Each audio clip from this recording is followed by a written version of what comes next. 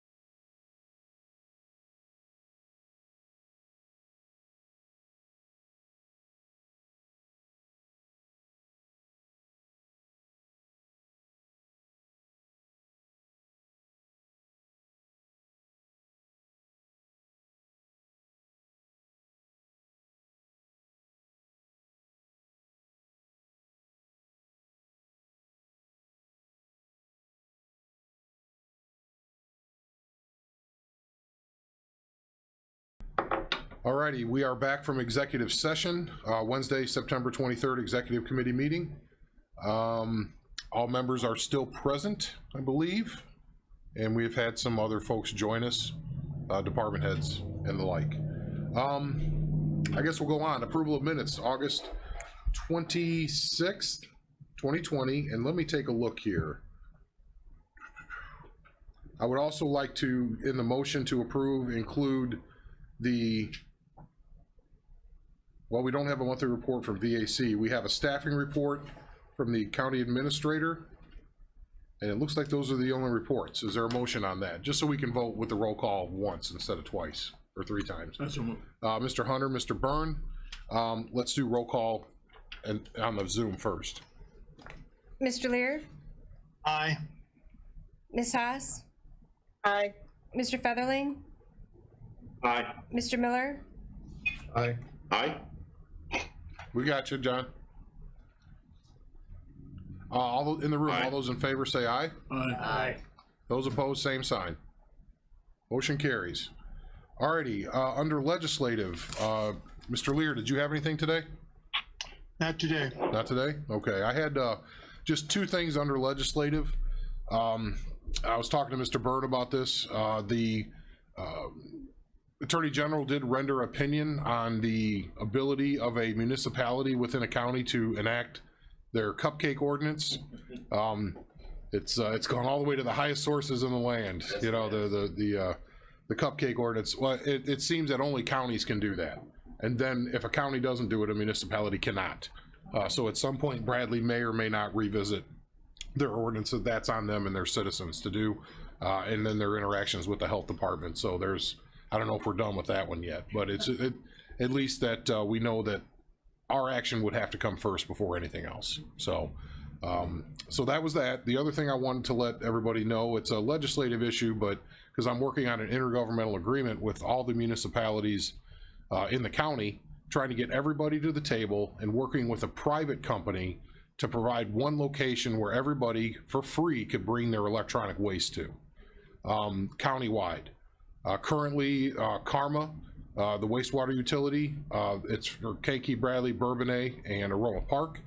They're paying for the two locations, one in Bradley and one in Kankakee, for drop-off of electronic waste, and they're also paying for the pickup. The county has, unlike all the other municipalities, we have a grant available, and that would pay for the transportation, the haul-off, and the pickup, which is a big part of the cost. So we have the ability to be a cohesive factor in the county, and we're trying to get everybody on board and move in that direction. Because we all know that if you live in some of these other municipalities that aren't paying for it on their water bill already, sewer bill, because that's if you live in those municipalities, you're paying for the service on your bill, technically. But other people are bringing it to those locations that don't live there. So there's a lot of interest in Hersherd and Mantino and some of the, the county. I think that we have a big interest because one of our main roles is to act as a cohesive factor for all these governments to get together. So it'll be an IGA, and once we get, I'm having a meeting with mayors on Zoom on Friday to just kind of lay out the cost benefit. It looks like, Karma could pay half of what they used to and still make that available to their residents for free. And all you gotta do is show your driver's license at this private company, but we have to negotiate with the private company on the cost of this for them to handle it. So again, everybody saves money, and then we have a public-private partnership with one drop-off location that everybody knows about. So I would hope that the committee would think that's a good idea. Because it's really a policy and an intergovernmental thing, that's why I mention it here. So more to come. Mr. Chairman? Yes, Mr. Lear. Maybe this is premature, but are you suggesting that the drop-off point will now be manned? Because the current drop-off points are not manned. Yeah, it would be manned 6 days a week. Sun up, sun down. Well, the sixth day on Saturday, I think, are like half days, based on this business being open. But that is, in order to be eligible for the grant, it has to be manned a certain amount of days. This meets the That sounds criteria. good. Yeah. And there is no real downside to this at all for anybody. It's a huge plus for the entire community. We want to keep the TVs and all the stuff out of the ditches in the rural areas, because we all know what happens out between Moments and Hopkins Park. It's just, people come from Indiana to dump in the ditches over there. So, I mean, it's profound. We want to make it easy for people if they're going to go shopping, and they can bring their recyclables in and get paid. Sometimes there's precious metals in these electronics they can get paid for. So you get paid for doing the right thing. That would be great, wouldn't it? So, anyway. Mr. Chairman? Yes. You're going to take the leadership in terms of sending communications out to the respective villages and municipalities, Yeah. right? Yes. Yeah. The Zoom call is to do that with the mayors first. Okay, I And understand. then, yeah, But you know I'm headed. I know where you're going. Yeah, it's too important not to take the leadership role because it's our program to manage. And we want everybody on board. What we don't want is somebody in a municipality to show up there. Let's just say you're from town X in Kankakee County, and you go to bring your e-waste, and you pull out your driver's license. They say, well, your town didn't opt into this. You have to pay us to take this TV. That's not good for the residents or anybody. So the county can do this regardless. We just want everybody on board. It makes it problematic for residents if their municipality opts out, especially when it's so inexpensive. So anyway, moving on. The information services, Kevin, you got anything today? Just briefly, we are on budget. We're beginning to approach normalcy. Hopefully you can hear me. Yes. We still are getting some requests concerning COVID related to the departments and their preparation in case we're ever go through a shutdown before, and we're handling those.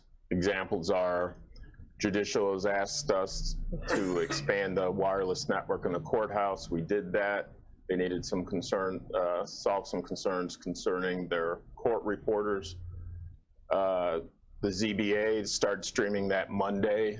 They previously weren't being streamed. Assessor's office, we reconfigured the room that you have there for wiring so we can quickly switch over so the Board of Review can have public meetings in relations to how we're dealing with COVID.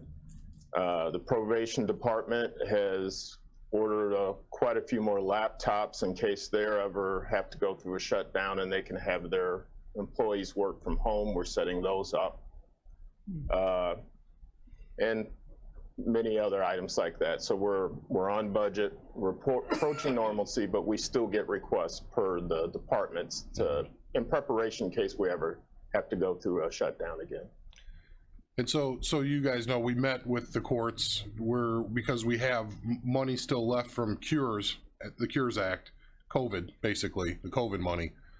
We were looking at how do we utilize this if we go back into, not if, it's more of a when, but if people can't come into work and people have to work from home, how do we take advantage of technology where it may benefit us now for COVID, and then that would have an application beyond COVID. And if we go into next year, we may not get reimbursed for some of those things. So we're looking at it right now and crafting a complete plan that would allow, and actually there's a lot of job responsibility things that would have to be tweaked within some of our labor partners. So to Kevin's credit, he's pretty adept at going between those two, touch points to be able to make sure we're walking the straight and narrow. But ultimately, it's a joint effort on operations on how to work efficiently using technology, both with COVID and then maybe afterwards too. So, Mr. Hess. Thank you, Chairman. This question's for Kevin. Kevin, do you have a lead time yet on the laptops that we discussed at that meeting? I'm sorry, didn't hear you very clearly. Do you have a lead time on the laptops that are going to be ordered? Is it 90 days like they were telling the schools? You're talking about for the probation department? Yes. And if we get them for the courts? Those, and they're in our setup room. We're prepping those. They also had ordered some, maybe 5 or 6 prior month. We received those, set those up right away, got them back to them. Now I believe, I don't know if I'm supposed to say the numbers, but we got about 20 more that we just picked up yesterday, and we put in a room and we'll start prepping those. So they ordered them. They go by the specs that I give to them. We start setting them up, and then they send the invoices over to the finance department or whatever the process is for reimbursement. And so the committee knows, I apologize, Mr. Hess. Mr. Hess is chairman of criminal justice, was the president as well to get his input in this meeting. You know, it went very well. It was a really group effort of how to get from A to B and considering what everybody's needs were, which is kind of what we do here. So, anything else, Kevin? No, that's good. And if anybody's got any questions, I'll answer. You guys need to know he does a bang up job. If there was a department with all this technology, we did need another person. I know everybody says they need somebody else. You're doing a lot. You're doing like 3 or 4 people's work, especially with the way we use technology within the current COVID situation, but in general. Thank you for that. Thank you. You know, so I'm not saying it'll be reflected in next year's budget. Didn't think so. Yeah. Managing expectations, Kevin. Health Department, John Beavis isn't here today. Mr. Byrne is on the Health Department board, and I was on the call with their board meeting, and we thought it was a good idea to give an update on what the Health Department's policy is as far as, I'm trying to use the best word, not the one that popped into my head, encouraging businesses to deal with the governor's requirements. Educational. Yeah, procedures. there we go. There you go. That's very political. Thank you, Mr. Chairman. We had a meeting last Thursday night, a regularly scheduled meeting, which Chairman Wheeler jumped on in regards to the policies set forth for the Health Department to do their job with guidance from the board. John takes the recommendations of the board, and the board installs policies.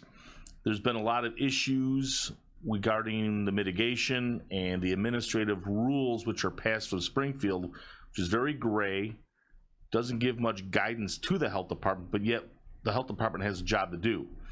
That being said, there were issues with regards to the bars and restaurants who were targeted in this last mitigation. You know, as I said in the meeting, so I can't get a hamburger at Oliver's in my district and go inside, but yet I can go inside and buy a gallon of paint at Lowe's. Makes no sense. So we basically gave John and the Health Department a new policy. Over the last few months, and this all started, there have been letters written on behalf of the states. You know, when they go into visit a business, if they find that they need to be addressed, they'll copy the state's attorney and pertinent people involved in this issue. He was copying the Attorney General. Well, there's no longer. That really was, there's no reason to. So we're keeping everything in-house. County, they're the Kankakee County Health Department. Let's deal with the Kankakee County businesses here. That being said, when there's a complaint, Ron Kinzinger Barbecue and Chicken Fingers has a complaint. How did the Health Department handle that? You get a complaint on a Sunday. We have a new policy stating that the Health Department now has between the day of the complaint and 7 days for an initial visit. Sort of hey, we have a complaint, here's what it is. Then they have to wait another 7 days to come back and see if it's been rectified. And if there's still an ongoing issue, that's another 7 days. So quite honestly, from the date of complaint to the final where there needs to be a directive or an action, 21 days. We were finding out there was a lot of gray area in this matter, and there was a lot of issues going on and confusion amongst the restaurant and bar owners. You know, you have some restaurants that are open, some not, and also made it clear the Health Department has no legal recourse to close any business. Now, if there's a salmonella outbreak, there's an imminent threat to a person in a restaurant, yes, there is an imminent threat. That's where the state's attorney can come in and do something with an imminent threat. With this, it's very wide. I asked the question, okay, we've been contact tracing for months now. Can you give us, the board members asked this question, can you give us definitive data that backs up that the spike in cases are due to restaurant and bars? No one can provide that data. So anyways, to circle around and where we're at right now, there's a new policy and act that was voted on Thursday with the new board that is sat down Thursday. So that is the 7 days, 7 days, 7 days. So 21 days between the complaint and the final action. Should a business be non-compliant, say your chicken finger business, again, Ron, being a problem, you will have the ability to come before the board. We will call a special health board meeting where the business comes in and gets due process, comes in and gets to explain what's going on. And we feel that we need to be it almost was getting to the point where there's an adversarial relationship between the health department and some of the public. We need to get rid of that and make it more, we don't want to tell the health department they can't do their job, or they have a job to do. We don't want to stop that or prevent that. That being said, we need to be partners and be able to have, there are all sides to this. We need to work with everybody. So I hope that came across well. Yeah, that's exactly what went on, and you know, it was good that we all talked about it, and we all really want the same goal, is to provide the board to provide the policy to the health department leadership, so they have something to follow and to rely upon, and that backs them up in their actions. Yeah. And that was really good. The other part was with contact tracing, and I've said the same thing to Dr. Ezike in a very respectful manner. It's I asked the question, is just like you said, is there data that shows that restaurants and bars were the caused a spike, or were the reason that the numbers went down? Yeah. And neither is available. It doesn't exist. They're not able to say either, and they're committed on the phone call with Illinois Department of Public Health that with their new contact tracing, that's a hard thing to say, contact tracing database that's using Salesforce, which is a platform. Yep. They have committed that if this comes back, they will be able to say where things have come from geographically, so we can target the hotspots instead of shutting down a whole sector based on no scientific Arbitrary numbers, really, what it comes down to. whatsoever. And we all know that restaurants and bars in Kankakee and Will County were all open anyway for the most part. I would say 80% of them. They still did distancing. They still did, you know, proper procedures in house. But we know, we drove around, we saw it. Yeah, it was there. And you know? I had 2 meetings with restaurant owners and with Senator Joyce and State Attorney Rowe, and they said, we want to be partners. We're not trying to thumb our nose at anybody. If we are in fact the cause, talk to us. We'll do what we need to do, even if it means shutting down. But that's the thing. Are they? No one can back that up. And again, you're really crippling people and putting people in a bad spot financially and mentally that just shouldn't happen based on arbitrary numbers. So how many people were fined in this whole thing? None. How many people were shut down? None. And Have you heard of anybody statewide that were fined no, or shut we down? talked about this, and since it started, and some of the other counties back in April, May, who were doing their own, the state did not walk in and close one thing as far as we're aware of. But the restaurant owners are nervous. They don't want to have back fines or back something happen. But I think moving forward, and I know they've had discussions with private legal resources. They just had a meeting Friday with one, and I think everyone's on the same page in Kankakee County. Right. The only thing I heard of was the state police went to a golf course in southern Illinois when this all started. They shut down a golf outing way back when. And that was a lot of unknown at that point. That was right. I think that was in the first 30 days. Yeah. So is there any questions for Jim? You know, I mean, just about the policy in general, Mr. Seroy? No, Mr. Hunter. Oh, Mr. Hunter. Let me thank you, Mr. Chairman. Excellent report. Thank you. Actually, and I just kudos to you, Senator Joyce, and the chairman. And I've had extensive discussions with the senator about that. And what's really amazing is that you guys were in lockstep and not adversarial in terms of the governor per se, but pointed out some of the inconsistencies, some issues regarding this whole thing. I heard the chairman say, wow, and the senator say, wow, that we were given 24 hours notice that, for a shutdown. I'm not sure that's really appropriate, and that, of course, has an adverse impact on business owners. It's been catastrophic to a lot of our business owners regarding this whole COVID thing, but I'm pleased that it appears that the health board is taking more leadership in terms of what should happen, and I think it's very clear in terms of the 21 days that you articulated. And government has a role to play in this particular situation for sure, and I think you guys have done a hell of a job, really good job, a pragmatic job. Any other questions or comments?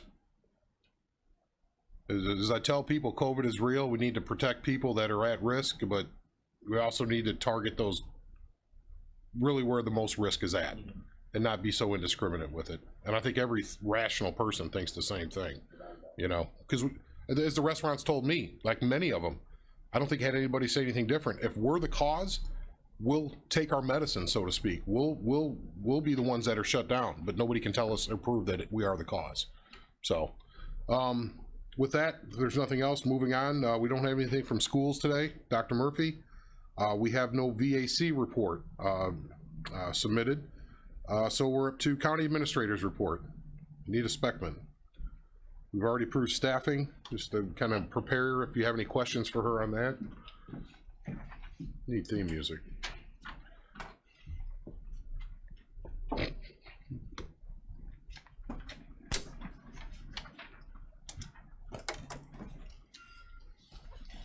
Good morning. Good morning. Yes, the staffing report you can see is really very, not much activity whatsoever. The one thing I did want to point out, the corrections officers, while it shows 128 there's actually 119 in last week's payroll actually available for work. So you have people that are either work comp to military leave, FMLA leave. So they really are way down from where they were a year ago. So, but other than that, any questions, concerns? How does it impact, excuse me, Mr. Chairman, how does that impact overtime, you know, with the shortages? They're managing their overtime and not allowing any overtime.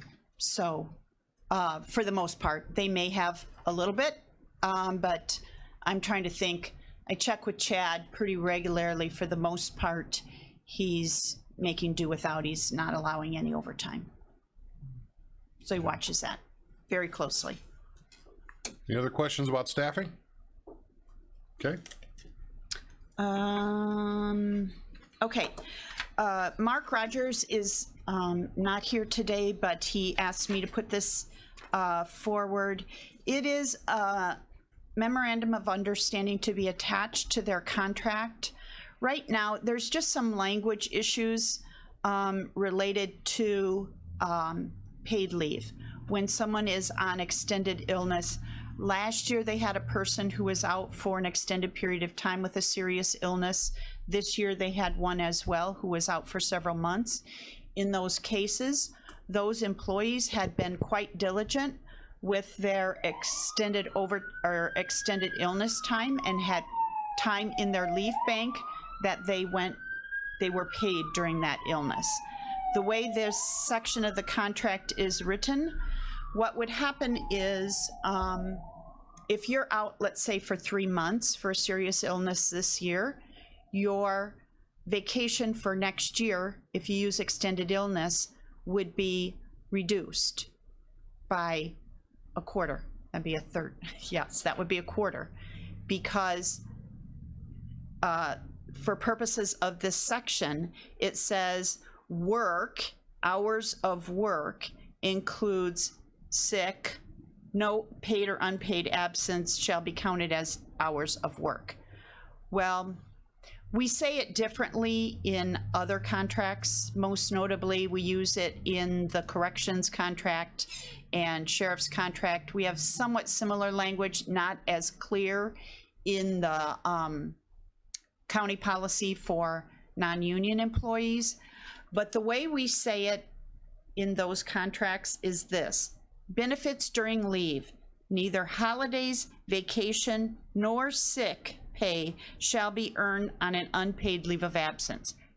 Very simple, right? One sentence. And we've used that.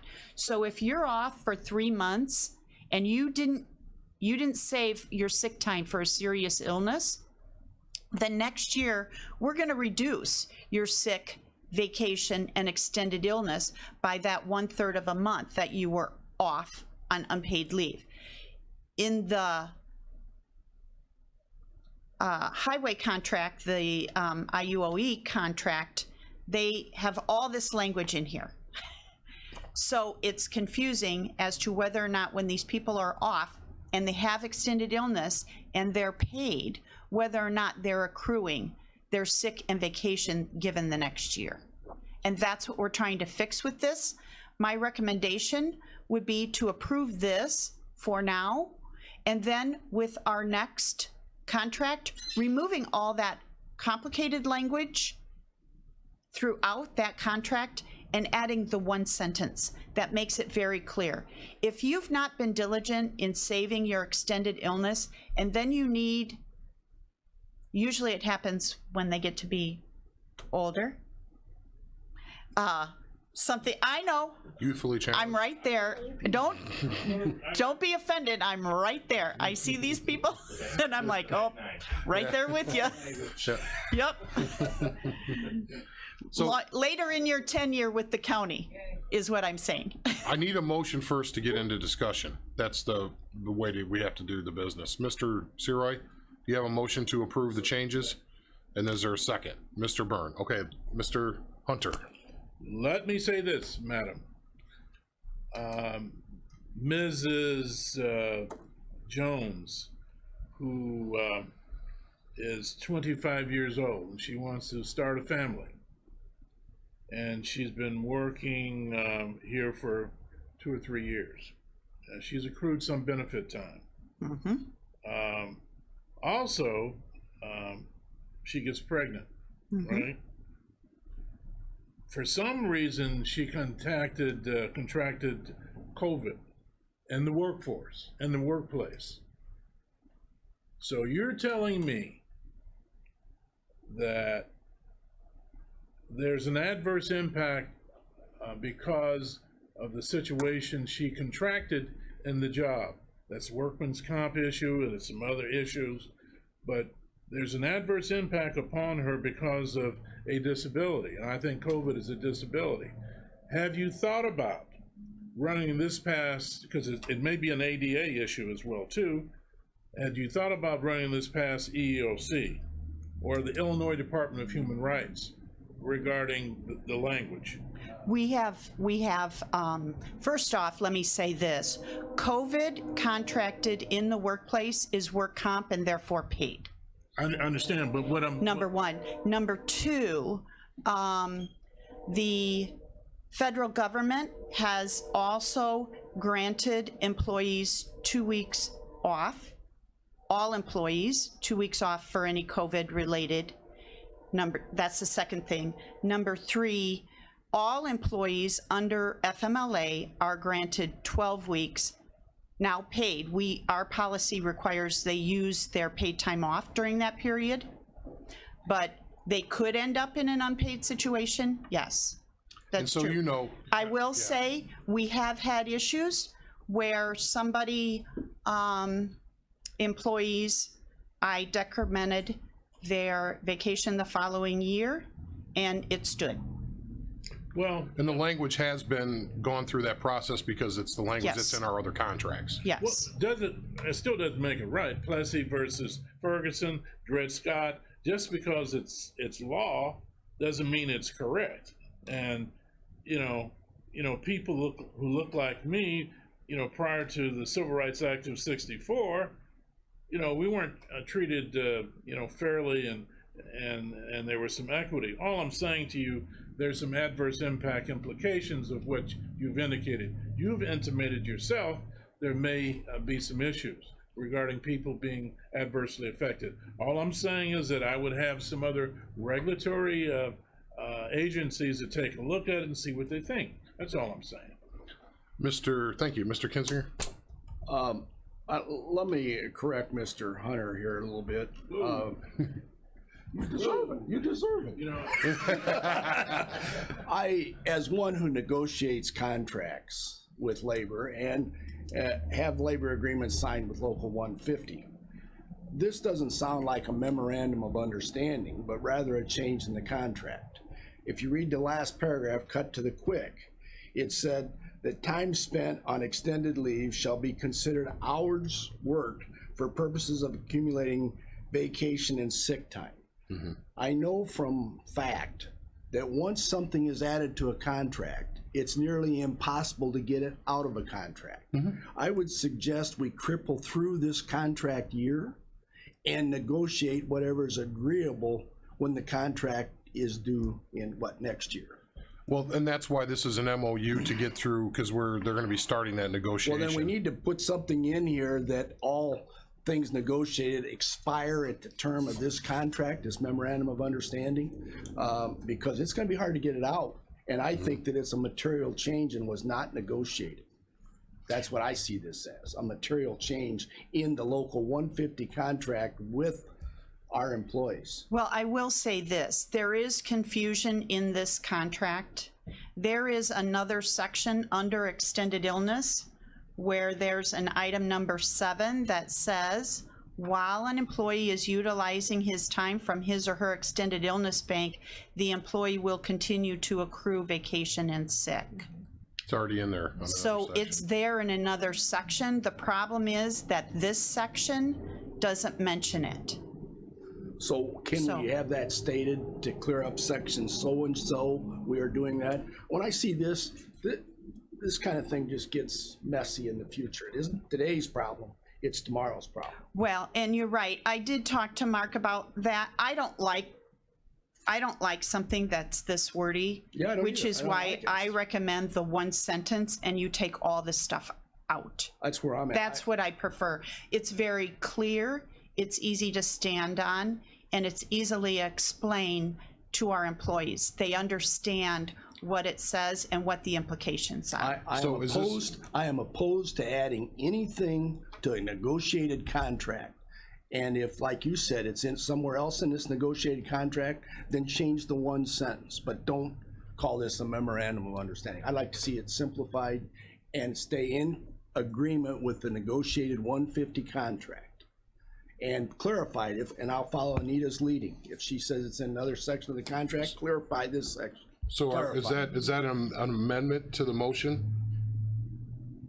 To approve the language and have her redo that just and simplify that into just a simple. And make it to simplify it and make it consistent and refer back to the negotiated contract. Right, and it expires at the end of the current contract Absolutely. to be codified in a future agreement. That's right. Something along those lines? Yes. Okay, that's the amendment. Now, let me ask the Wait, point of order, if he's gonna motion to amend, there's gotta be a second, then discussion on that. I'm getting that. Okay. I have to ask for a second.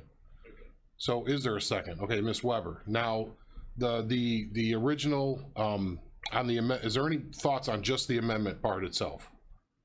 Not the whole question, just simplifying it into that one sentence and then putting the expiration date. The Zoom call. Because what we're gonna have to do is we're gonna have to write this up and then we're gonna have to go back to the union and Mark Rogers to make sure that everybody is agreement with this, what we're talking about. Mr. Hunter. Mr. Chairman, and with all due respect, Ms. Kinder, let me just say this to you. I spent 39 years with the state of Illinois working with contracts. I spent 40 years with the city of Kankakee. Well, let me finish. Wow. Let me finish. And Dennis Barron and yours truly were on the negotiating teams dealing with contracts with the city of Kankakee. I'm very familiar with contracts, sir, with all due respect. But let me say this to you. You know, me being the new kid on the block, I mean, there's a lot of discussion about this and that and so forth. Why don't we refer this matter back to her for further clarification and bring the language back? Because right now it's very muddled. It's very gray, et cetera, as opposed to us amending stuff and all that stuff. I understand what you're saying, Commissioner, but wouldn't it be more appropriate to kick it back to her? She can interface with organized labor and bring a better product back to us. That's what we're doing, actually, is we wanted to get the language that this committee wants, because anything can't go before the board until the organized labor agrees to it. So that's what this does, just that. So you're spot on. So if we approve it, it doesn't go right to the full board, because we don't have the agreement of the organized labor at that point. It's really not a negotiated thing, it's a clarification thing. So, yeah, and we will negotiate that term when, and not necessarily we, but the highway department, because they're a separate governmental unit, if you will. We're involved in that negotiation on some level, but So that's when it will actually get codified. This would be just an MOU for the rest of, because it is unfair the way this is written in here. It is cloudy. It's Yes. muddy. And there could be different interpretations of it. We agree that it needs to match from an administration side of things, excuse me, and from Mark Rogers, that the intent, the spirit of that was to not penalize people for using their sick time. Correct. Their accrued, their time to keep their paid time off in the following year. So I think that's, As a point of clarification, my intent, my intent is to make certain that this understanding does not supersede or take any new renegotiations of a contract that is good for one more year. That it only clarifies a contract, not adds to a contract. it cleans up that language. So Right. we've given her, within that explanation, do you have proper direction to be able to write something up to get it to Mark to have that conversation to bring back here once we get 150's buy-in? Do you think that's I'll talk to Mark. Yeah, Okay. I think she understands. okay? I just want to make sure we're not cutting anybody off or getting everybody's opinion. Okay, well then we have a motion and a second. Anything else about the amended motion? Could you clarify that again now? I want to be really clear on what the hell we're looking for. So it was the language that she has there regarding what the clarification is that she read, and if you could maybe read that one more time, what you had written out, or So the key is that under sick time, it says, in order to be eligible for the entire annual vacation allowance, an employee must receive compensation for more than 80 hours of work in each month of the annual period. So you have to have worked at least 80 hours per month. And for purposes of this section only, actual work time plus vacations and personal shall be considered hours of work. No other paid or unpaid absence from duty will be counted as hours of work. And then in the second of last section, states while an employee is utilizing time from his or her extended illness bank, the employee will continue to accrue vacation and sick time. However, that time may not be used until the employee returns to work on a full-time basis. So it adds extended illness into the calculation for hours of work, and they're accruing their vacation during that extended illness usage. and if they've used all their sick time and then they're off, they don't accrue vacation time. Yeah, I just want. Because the that was a same personal time. choice, it's not a penalty. Right. It's a choice to use your sick time, and then it is, and I would say, is that pretty clear? Yeah. And then we'll add the time frame. Very simply in 2 sentences, the negotiated contract prevails. If there is a paragraph that is not clear, it can be clarified, and it can be clarified until the end of the current contract. That's So we're gonna add pretty in. simple. Yeah. Now, is that okay with your second on the amendment? Okay. So we have No concurrence on the contract second. modification, in other words. Okay. And if 150 doesn't agree, then that Well, is it's a something renegotiated we contract. have to go back, we're gonna have to negotiate next year anyway, I Yes, think. that's right. I believe they're up at the end of next year, so we'll be in those negotiations And anyway. as a matter of record, and I have the floor, I do have 8 years more experience and am still currently involved. You guys. All right. Touche.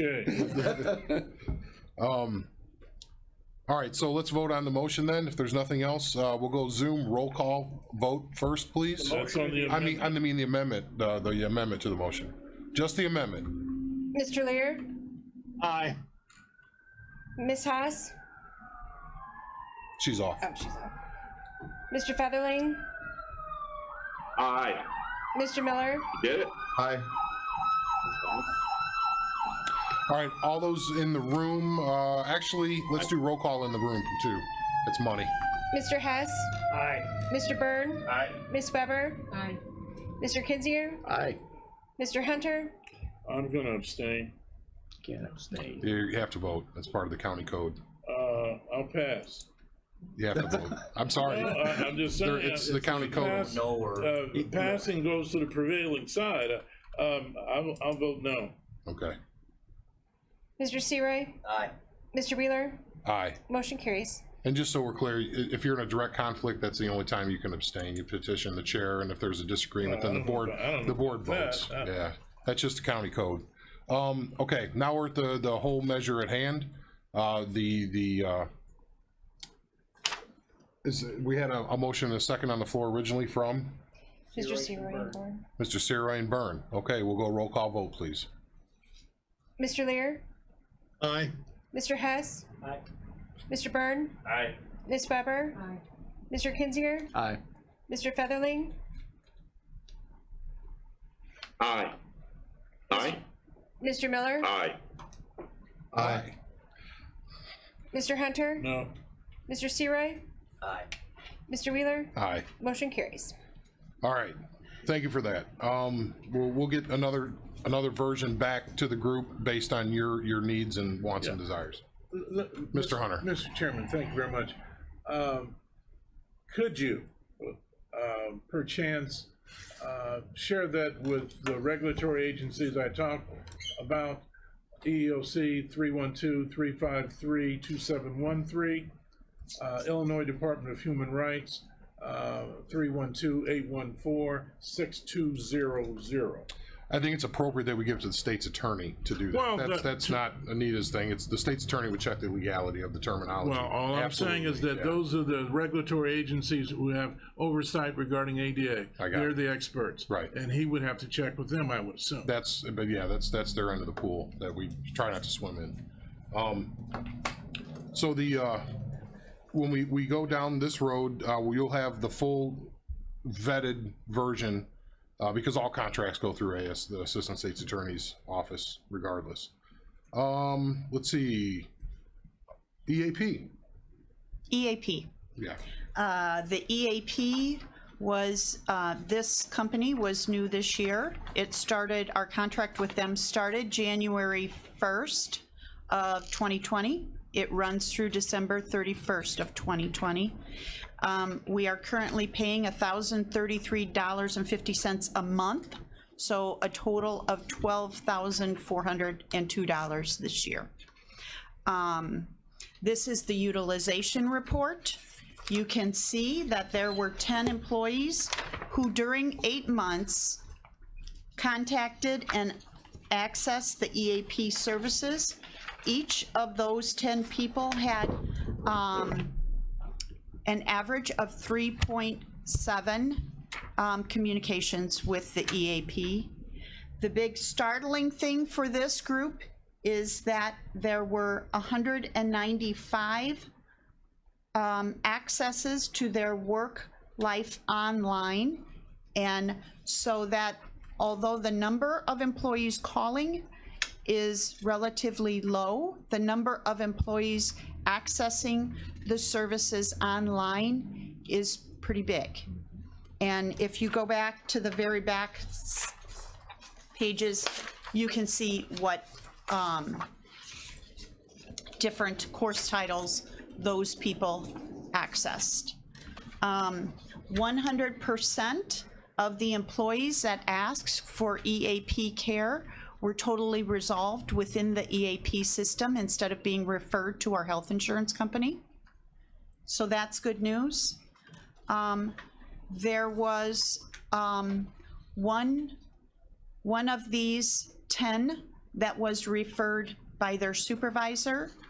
And I will say in the last 30 days, I've spoken to two supervisors, one where the employee was asking for the information, the other where there was a second supervisor that asked and was going to require an employee to access the EAP system. So there are 2 more within the last 30 days since this report was run. What I'm asking is you will also see the renewal. The renewal holds the same price, $1.95 per person. For 530 people, it's $1,033 per month. I am asking that it be renewed for 2021 and be budgeted. So the one thing I wanted to mention is Mr. Hess, sorry, motion to approve, second, yeah. Mr. Byrne, and again, thank you for that to keep us in line with the way things flow. The number of website visits is staggering for this being a new program. People really did use it. They got on there to look at the information and go, and you could see that in the data. And it may seem like, you know, we're spending a lot of money for just a few people. That is absolutely, it's like a 5-to-1 return, because those people aren't accessing the health plan. They're going through this system. So you're gonna pay for it or not pay for it, an experience on the health plan. So it is, I think it's a really good first year effort. And once we really continually market this to our employees, it's gonna get better and better. And I don't know if anybody has any comment on that. I just want to mention, I looked it up. It's about a 5-to-1 ROI on these programs. And that's legit. That's just not somebody trying to sell you something. They can document, you know, it's the human resource times and the department head's time. It's the employee's time. It's the cost on the health plan. It's all this together. So any other thoughts? Zoom? Ready for a vote? Roll call, please. Mr. Lear, Aye. Mr. Hess, Aye. Mr. Byrne, Aye. Ms. Weber, Mr. Kinzinger, Aye. All in the room, roll call, sorry. Ms. Hess. sorry. Oh, she's gone. Mr. Featherling, Aye. Mr. Miller, Sorry, I was reading. Aye. Mr. Hunter, I like the empirical evidence, aye. Mr. Searay, Of- Aye. Mr. Wheeler. Aye. Motion carries. Sorry, I was trying to read ahead during that, and I thought you paused for the room. My apologies. Well, that's all we have then. Correct. Any other questions? We need to clone you. Yeah, she does good work and keeps me in line. Thank you. I appreciate that more than anything. She said attempts to.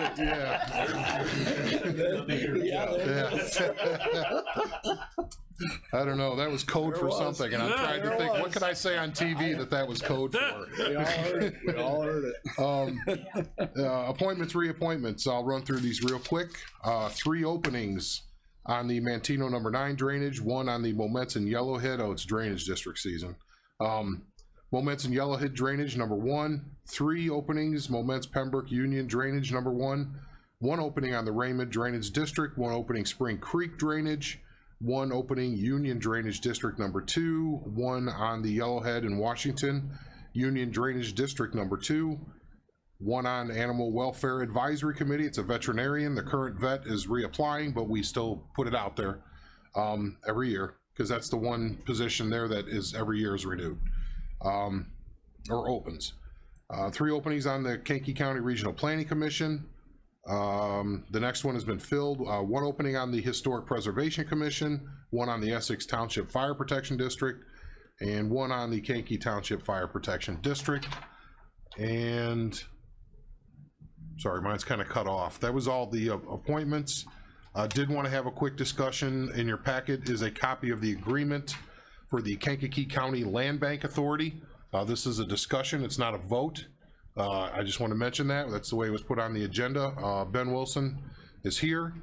For those who may not know Ben, if you could explain a little bit about your role within this process and with the county. So Sure. Thank you for the opportunity. I keep my beard under my mask, Todd. That's the. So in efforts to, in coming on board with the county and focusing part of my time on economic development, part of my time on transportation, part of my time in the enterprise zone, we're always looking at new opportunities on how we can get more economic development done in the county. So a dialogue got struck up with staff level between the city of Kankakee and myself to talk a little bit about a tool that utilizes statutory powers given to the local government entities. So in putting together a land bank, it's a quasi-governmental entity that exercises only the powers given to it by its members. So in looking at some of the county land banks or countywide land banks or multi-regional land banks, the county really has to be a partner in this. As we exercise our authority to be the tax trustee, which is a power given to us that's not given to anybody else in the state, I don't want to say we hold all the cards in the process, but we're pivotal in moving properties quickly and getting delinquent properties back on the tax rolls. So in Kankakee County, there are tax properties that go to sale as many as 12 times. And it just, somebody buys it through the trustee for as little as $700 and then doesn't pay the taxes on it. And next year it becomes delinquent. And so the districts, every single district isn't receiving tax dollars for these properties. And these are, 10 and 12 and 15 and 20 years that they're not receiving any dollars for the property. So how do you turn this delinquent property or potentially derelict property, sometimes in need of demolition property, into something useful? Well, you put together a tool like a land bank. And so you put together guidelines, and the chairman and John and Anita and the city staff in Kankakee and I have met and talked this through and really kind of exercise this all the way up to an IGA, which you have in front of you. By the way, John Coughlin, our attorney, I'm one sorry. of the assistant state's attorneys, just so you know. And so how do you make this tool work to where the properties that are being just continually resold, costing our trustees time and energy, or our tax trustee time and energy, our court system tax, dollars, right? Time and energy, it's money. Sale and error, we've talked about that before. So we have to pay interest on those tax parcels that go back out. So people actually they buy those properties they know that or won't move. They buy up the taxes and then they'll just make money on the interest. And I mean, they're purchasing of detention ponds and public right of ways and things that when there's that many pins in a county, things slip through the cracks as far as the sales are concerned, and it potentially has a direct cost to the county on maintaining these properties. So you sit down, you put a tool together. The tool really is focused around moving, I don't want to say exclusively residential properties, but it's a really big piece of this. We have single family owner occupied homes that have been turned over multiple times. They become an impact on the neighborhood. They become an impact on the general quality of life. They can harbor, it's an attractive nuisance. Kids want somewhere to hang out. They can break windows, things like that. I mean, we've all seen that.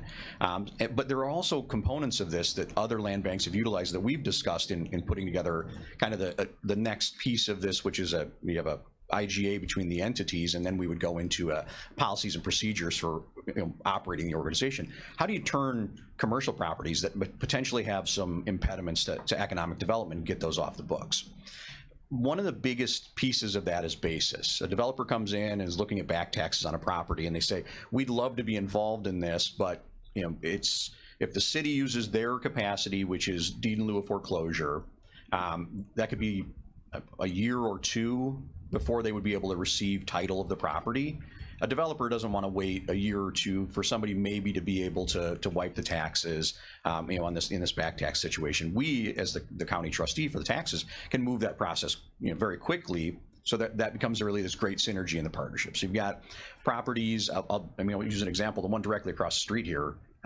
It has been vacant for a very long time, and I know the city's had their eye on it. There's been discussions surrounding that, but it's our next door neighbor, right? They're directly across the street. We'd really like to see something happen there, but there's just things that encumber the property that really cause a developer to say, I don't want to be in that really complicated ownership scenario where a land bank, members of the county and members of the city could acquire the property through our means and then turn that over through purchase sale agreement, and then also afford ourselves some protections on that, right? We would maintain that any developer that is purchasing property has certain capacity, including financial capacity. They would have timelines surrounding how quickly or not quickly they would do the development.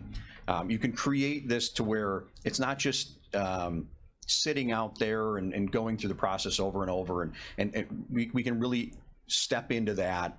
And there is a little bit of tax wiping there, but keep in mind the tax wiping we're talking about, they're not being paid anyway. There's a couple scenarios they've run through. So one of the entities in Winnebago County, and I just want to share this, they take a $10,000 piece of property. currently have a $10,000 piece of property with about $10,000 worth of back taxes. So a developer's not going to, I mean, if fair market value is $10,000, you got a house, broken out windows, foundation crack, bad roof, whatever. They're not going to take that on to then have that back tax liability as their net. So their basis becomes, $20,000 into it as a basis. So you have the city can go after that for 2 years and try and through the delinquency process or the the abandonment process go through that, and they're cutting the grass and they're boarding up the building and they're maintaining, and we as a county have that responsibility sometimes too. Or kind of that third option is the land bank comes in, they acquire it for $700 or maybe $3,000 with a Alta survey, and they're able to turn back over to that developer and say they sell it for $7,000 or $8,000, and the developer agreement says they're going to put $25,000 into it. Well, we now know that when it goes down to the township assessor level and gets to the assessor's office, they're going to assess that at that sale price plus improvements. So you have essentially a zero taxable property right now that now might be $35,000 or $40,000 taxable. And that can then be turned over to single family, owner occupied, could be turned over to a local developer, because flipping is not a four-letter word. I mean, this idea that there are people interested in investing in our community, and they're great partners in this, and we could utilize them to turn over quite a few properties. I think we've got around 100 initially identified properties as it relates to the land bank. The city of Kankakee has received a grant. The grant is used exclusively for residential properties. We're obviously also focused on commercial properties as part of this, but it's a combo of those two things. I think on the 28th, in 5 days, the grants are due to IDA. We're probably going to be applying for another as much up to $500,000, one grant from the city and one grant from the county for additional funds for this. Now, whether or not we're successful in that just really moves that a little further as far as our initial capacity in taking it over. That's kind of the. So that's the background of what it is. So we worked on this for upwards of 6 months. It really started moving fast, and COVID was a big monkey in the wrench. I mean, everybody knows that just kind of threw everything off. We're not a lot happening in that time period. So we finally got to the point of everybody agreed on it. It's important to note, everybody, meaning the city and the county, with the lawyers and myself and the mayor, we agreed on Kankakee County Land Bank Authority as the name, because it's very important to note that while this agreement in front of you has 3 members from the county and 3 members from the city, so it forces agreement, okay? Absolutely forces us to agree on it. We're the Security Council, if you will, like the United Nations. And so that's a good thing. That forces us to move as one and act as one. But you can add other entities, and that's the goal, is to add a Bradley, a Bourbonnais, a Mantino. I mean, these big industrial, if there's an industrial place that's just sitting there with back taxes and liens, you can have those wiped and get it in the hands of somebody else very quickly. Those municipalities would get Kankakee's home rule powers for that type of endeavor. And as the county would get home rule powers through Kankakee's participation. Mm-hmm. Kankakee wins because they don't have to wait 2 years to have this go through the process, and you could run to daylight really quickly. That's why the city and the county, it has to be a home rule community, and it has to be the county. I guess it could be Hopkins Park, their home rule, so they could be the partner, but Kankakee has a lot of property, but Hopkins can join, and then they would have one vote. But that's to be promulgated once they get everything passed on this level. The problem we have, and I'll just mention that is that we agreed on the name, and then the name was changed by the mayor of Kankakee to Kankakee Land Bank when they passed it arbitrarily. And at first it was a mistake, and then it wasn't a mistake. We received a phone call from their staff saying, sorry for the mistake, we'll fix it. That's why it's not here for a vote, is because we are a body that is for all of the county. We don't, if it helps one municipality, that's great. But if I were Bradley, Bourbonnais, and Herscher, and all these other towns, would I join the Kankakee Land Bank? This is the Kankakee County we live in. Heck, we could call it River Valley Land Bank Authority for all I care. But you cannot do what just happened.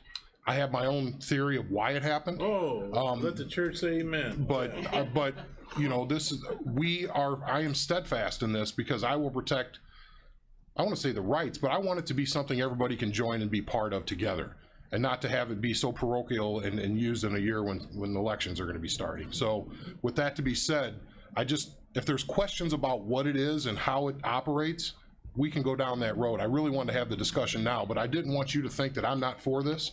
I've been trying to get this done for 10 years, even before I was on this board. This is a big deal. And I do want to mention this also. $150,000 is nothing. That'll be spent probably in 4 months, because you have to pay the lawyers to set up all the paperwork. You have to pay a person to run it, okay? Because you can't, this is a separate entity altogether. You're gonna have filings, you've got to acquire property, like you said, Alta surveys, $3 grand. This won't last long. The South Suburban Land Bank was created with $1 million that was given by the Attorney General in Illinois, Lisa Madigan, when they started. And that's still not enough for all those communities. So I just want to let you know that we need the shell to be there so we can get money into it.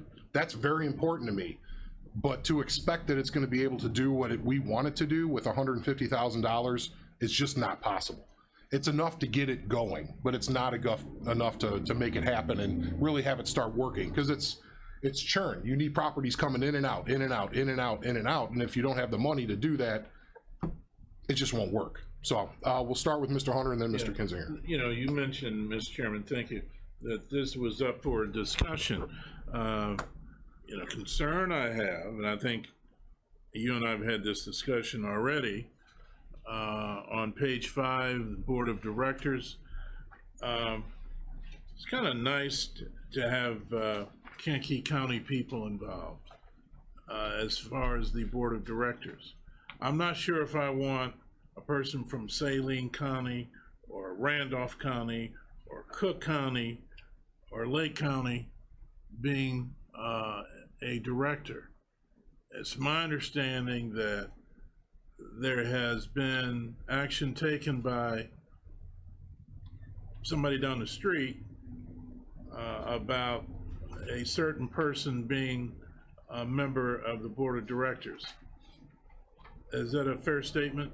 That who resides outside the confines of Kankakee County? Yeah, I'm trying to think of the best way to say this. The city council approved the appointment of somebody that's a hired contractor to the city that's running their planning, zoning. Mike Hoffman. Mike Hoffman, who's in, I like the guy. He's a smart guy. Yeah. He doesn't live here, and he's paid by the city. So I don't see whether it's any conflicts or not. That's really up for the citizens of Kankakee to decide if they like that type of arrangement. Well, my concern, the reason why I brought that up is, you know, you and I and everybody else here has skin in the game. You know, this guy goes up I-57 north, and I'm not sure if he has the best interest of the county at hand. No disrespect to his expertise. He's a phenomenal guy based on what I've heard. But that's the misgiving I have at this point in terms of the participation of the membership. That's what I'm saying. Okay, thank you. Mr. Kinzinger.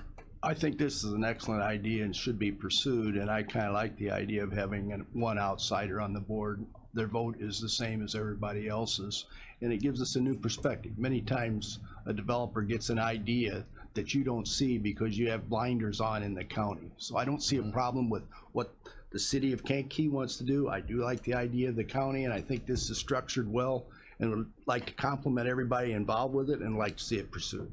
Thank you. I feel the same. I want to see this move forward, but I can't be stuck with, I love Kankakee. I live there. You know what I mean? My family's from here, but not at the expense of all the other communities who might want to partner. Any thoughts from those on Zoom? All right, that's all. I just want to go through it because so you get, yes. Can I get one? I just want to point out this as you read through the intergovernmental, and really this was one of Andy's talking points when we had so we've had this dialogue with the city several times now in building the expert directors, and actually there's been 2 iterations of the way the board was made up, and I think it's important for this group to know and the full board to know that one of the authorities that a land bank has is they have a legal bonding authority.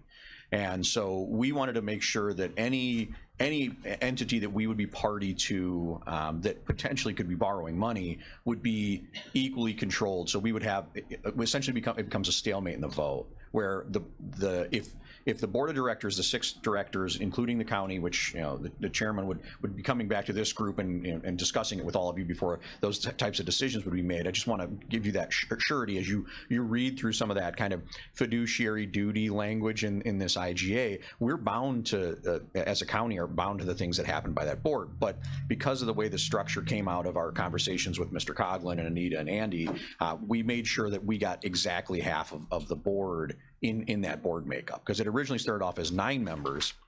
They were kind of arbitrary. There was 3 arbitrarily appointed members, and it didn't say who appointed them.